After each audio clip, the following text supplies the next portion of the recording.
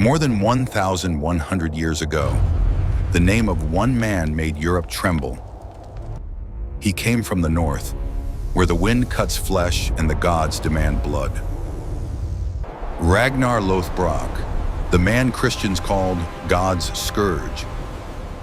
But the most terrifying thing, no one knows if he really existed. King of the Vikings, the terror of England and France. A legend, with no absolute proof. His death, so agonizing that only literature could have invented it. Yet an entire continent believed it. This is the story of Ragnar Lothbrok, a man who may have lived, or may never have lived at all, but who still forced history to bow. The 9th century North Sea was a brutal world. Waves smashed against cliffs like war drums. The freezing wind flayed the skin of the men standing on the decks of dragon-proud ships. This was the Viking Age, an era when fame was carved with battle axes and measured by the terror left in an enemy's heart. Among the countless northern warriors, one name rose above all others. Ragnar Lothbrok, Ragnar Lodbrok in Old Norse, meaning Ragnar Hairy Breeches. The strange nickname came from a legend. He wore trousers made of hairy animal hide to protect himself from the venom of a gigantic serpent, while winning the hand of his second wife, Thora Borgarjord. But who was Ragnar Lothbrok really? That is the question historians have argued over for centuries. Unlike kings and emperors carefully recorded in chronicles, Ragnar exists in a gray mist between history and myth. Contemporary written sources about him are almost non-existent. What we know comes mainly from Icelandic sagas, written 350 years after his supposed death, oral tales passed down through generations, embroidered, exaggerated, and possibly transformed beyond recognition. So why does a figure we are not even sure existed leave such a deep scar on history? Why did the name Ragnar Lothbrok make Anglo-Saxons and Franks tremble? And most importantly, if Ragnar was only a myth, why are there so many real corpses that he left behind? Modern historians offer three principal hypotheses about his identity. 1. Ragnar was a real man, heavily mythologized. The Anglo-Saxon Chronicle, one of the most reliable 9th century documents, mentions two names around the year 840, Ragnar and Reginharus. Many scholars believe these refer to the same person and may be the historical Ragnar Lothbrok. In 845, a Norse chieftain named Reginharus led a fleet of 120 ships carrying thousands of warriors up the Seine and sacked Paris, forcing King Charles the Bold to pay 7,000 livres, about 2,570 kilograms, of silver and gold for peace. This is considered one of the few verifiable exploits linked to the name Ragnar. 2. Ragnar is a composite of several Viking leaders. Many historians argue that Ragnar Lothbrok became a collective vessel for the deeds and stories of multiple Viking warlords. Ragnar Lodbrok may not have been a proper name, but a title or epithet given to powerful chieftains. The three names most often merged are Ragnar, Reginharus, and Ragnvald, all active in the same period and credited with similar exploits in different chronicles. 3. Ragnar is a purely literary creation. Some scholars believe Ragnar was entirely invented to explain and connect the major events of the Viking Age. The sagas are highly didactic, designed to teach cultural values and history to later generations. The huge gap between the time Ragnar supposedly lived and when the stories were written down means his adventures were transmitted orally for generations, and traveling storytellers could add, embellish, or invent details. Yet if Ragnar was pure fiction, why are there so many real bodies history blames on him? The years 830 to 850 were among the darkest in English history. The Vikings did not come merely to plunder, they came to terrify. Viking raids on England began at least as early as 793 with the attack on the monastery of Lindisfarne off the Northumbrian coast, the event traditionally seen as the start of the Viking Age. Monastic chroniclers describe Ragnar the heathen as a devastating force. Monasteries and churches, repositories of immense treasure and virtually undefended, were favorite targets. To Christians, they were sacred. To worshippers of Odin and Thor, they were just buildings full of gold. The sagas claim Ragnar ravaged Northumbria, Wessex, and East Anglia. Each landing left villages burned, populations enslaved, and treasure carried away. His method was swift, brutal, and overwhelming, giving enemies no time to muster forces. While the English raids remain hazy, the sack of Paris in 845 has stronger historical backing. In March 845, a fleet of 120 Viking ships carrying thousands of warriors sailed up the Seine under a leader named Ragnar. King Charles the Bald hastily assembled an army and split it on both banks of the river. It was a fatal tactical mistake.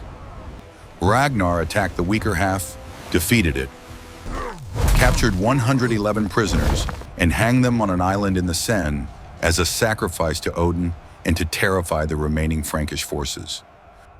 The troops on the opposite bank could not cross in time, and Paris lay open.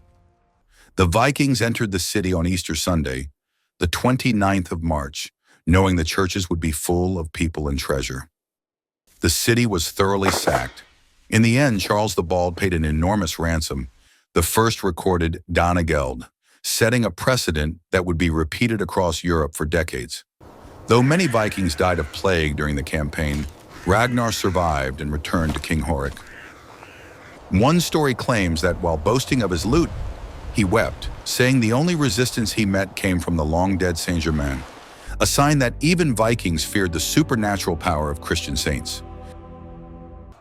Whether this Ragnar was the legendary LOTHBROK or not, all these ravages were eventually attributed to a single name in Europe's collective memory: Ragnar. Was Ragnar actually a king? The sagas say Ragnar began as a farmer, became a hunter, then a warrior, and finally a king through glorious deeds. Does history agree? In reality, there is almost no concrete evidence for most events in Ragnar's life, and he is never listed as a king in any Viking royal genealogy. In Viking culture, the title king, konungur, was flexible. It did not always mean supreme ruler of a large kingdom. Often it simply meant the strongest local chieftain, a jarl or earl. The sagas claim he was the son of King Sigurd Hring of Sweden, a tall, handsome, intelligent man who was kind to his own men but merciless to enemies. One thing is undeniable. Whether Ragnar himself was a king or not, his sons certainly were real and immensely powerful historical figures. The sagas give him 3 dramatic wives. Lagertha, his first wife, a fearless shield maiden.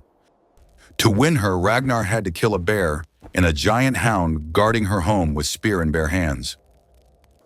Thora Borgarjort, daughter of Jarl Haraldur. Ragnar slew the giant serpent guarding her tower, earning the nickname Hairy Breeches for the protective trousers he wore. Aslaug, the most important, said to be the daughter of the legendary dragon slayer Sigurd and the Valkyrie Brynhildr. She bore Ragnar his most famous sons. Here the line between myth and history blurs. While Ragnar himself may be legendary, his sons are not.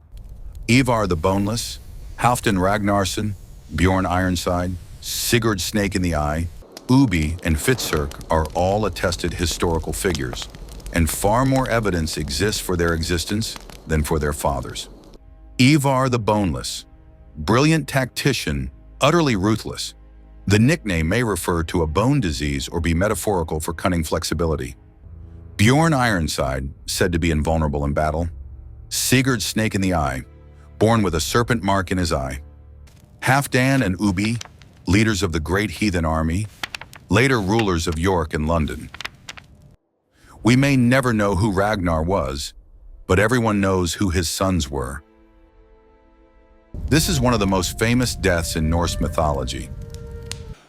According to the sagas, after many successful campaigns, Ragnar grew jealous of his son's fame. To prove he was still the greatest warrior, he set out to conquer England with only 2 ships. The plan failed disastrously. Ragnar was defeated and captured by King Ella of Northumbria. Seeking revenge for Viking atrocities, Ella devised a particularly cruel punishment, throwing Ragnar into a pit of venomous snakes. In the pit, as the snakes bit him, Ragnar did not scream or beg. Instead, he sang a long poem about his deeds in Valhalla. His last recorded words were, "How the little pigs would grunt if they knew how the old boar suffers." The little pigs were his sons, a prophecy that they would avenge him. The poem Krakumal ends with defiant lines.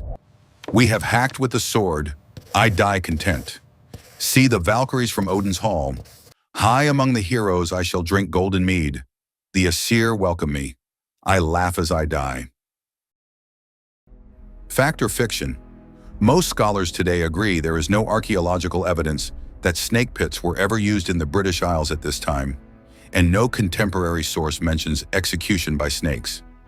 The only venomous snake native to Britain is the European viper, Vipera berus, shy and incapable of the dramatic death described. To fill a pit with deadly snakes, Ella would have had to import them from the tropics, impossible in the 9th century. The snake pit motif appears elsewhere in Norse sagas and even earlier tales, e.g., the death of the Burgundian king Gunnar at the hands of Attila the Hun. It is clearly a recurring literary device. So if the story is invented, who wrote it and why? Many believe the snake pit death is highly symbolic. The brave northern warrior defeated not in open battle but by southern treachery, an unworthy end for a Viking hero. It also provides the perfect motive for what came next, the bloody vengeance of Ragnar's sons. The Sons' Revenge 865, the year that changed England forever. The Great Heathen Army, a coalition of Scandinavian warriors, invaded England. Unlike earlier raids for plunder, this time the Vikings came to conquer and settle. The army was led by 3 or more of Ragnar's legendary sons, Halfdan Ragnarsson, Ivar the Boneless, and Ubi. The Norse sagas explicitly state the motive, vengeance for their father's death at the hands of King Ella. But is this historical truth or a beautiful story woven to explain a major historical event? A brutal campaign, 865. A large Viking force, perhaps 3,000 men, landed on the Isle of Thanet in Kent with a clear intention of permanent conquest. 866. They moved north, seized York, Jorvik, and exploited civil war in Northumbria. Both rival kings, Ella and Osbert, were killed. The sagas claim Ella was executed by the horrific Blood Eagle ritual. Anglo-Saxon sources say he died in battle at York on 21st March 867. 869 to 870. East Anglia was overrun. King Edmund was captured and killed, later becoming Saint Edmund the Martyr. 871. A series of fierce battles against Wessex forces led by King Ethelred and his brother Alfred. Legend says Alfred won a great victory at Ashdown while Ethelred prayed. 874. The army split. Halfdan settled in the north, marking the shift from raiding to colonization. 878. Alfred's decisive victory at Edington against Guthrum forced a truce in the baptism of the Viking leader. The army's lasting legacy. The result was the creation of the Danelaw, a huge region of eastern and northern England governed by Danish law and custom. Hundreds of place names and many English words still bear Scandinavian roots. A 14-year campaign permanently redrew the political map of England, and it all began with a tale of revenge for a man who may never have existed. If Ragnar was not real, then for whom did an entire army rise in vengeance? After examining all the evidence, what do we conclude? The truth is, we will never know for certain.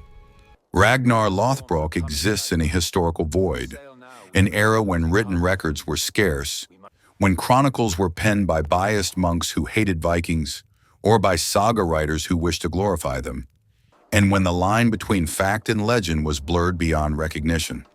But perhaps that is not the most important question. The real question is, why did Ragnar become such a powerful symbol? Ragnar as a symbol of the Viking Age. He embodies everything 9th century Europe feared about the Vikings. Sudden, lightning-fast attacks from the sea, ruthlessness. Nothing was sacred. Unpredictability, they came, killed and vanished like ghosts. Insane courage, honor mattered more than life. Many historians believe the sagas of Ragnar Lothbrok fused the tales of many real Viking adventurers into one larger-than-life figure. Yet that does not diminish him. It makes him greater than any single man. He became the embodiment of an entire era. Why Ragnar still matters. 1. He explains the rise of the Vikings from raiders to conquerors. 2. He bridges history and mythology, making gods feel possible and battles feel legendary. 3. He provided the perfect motive, avenge our father, for the greatest Viking invasion of England. 4. His death, laughing while snakes bit him, prophesying vengeance, is the perfect model of how a Viking warrior should die. Fearless, unrepentant, with Valhalla waiting. There is a fascinating theory. Ragnar may not have existed, but belief in Ragnar created real consequences. When the sons of Ragnar rallied the great heathen army, they may have used their father's story as propaganda. "We are the sons of Ragnar Lothbrok. We must avenge him," was a rallying cry powerful enough to unite warriors across Scandinavia. It did not matter whether Ragnar was real. What mattered was that people believed he was real. And that belief drove one of the largest invasions in European history. Perhaps Ragnar was simply the name victims gave to a terror they could not comprehend. Every burned village, every looted monastery was blamed on Ragnar, or Ragnar's men. Over time, all those stories fused into one colossal myth. One man, a composite, or a literary creation?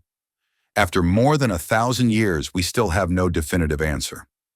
Ragnar Lothbrok may have been a real Viking leader named Ragnar shot Ragnar, who sacked Paris and was later mythologized. A fusion of many powerful chieftains. A character invented to tie history together and teach Viking values, or perhaps all three at once. Why do we still care? Because his story reflects a greater truth. An age of upheaval when Vikings went from pirates to empire builders. The clash between the Christian and Norse worlds. The birth of modern European identity. How a human being can become legend. Whether he walked the earth or not, his legacy is undeniable. Culturally, he is the ultimate symbol of the Viking spirit.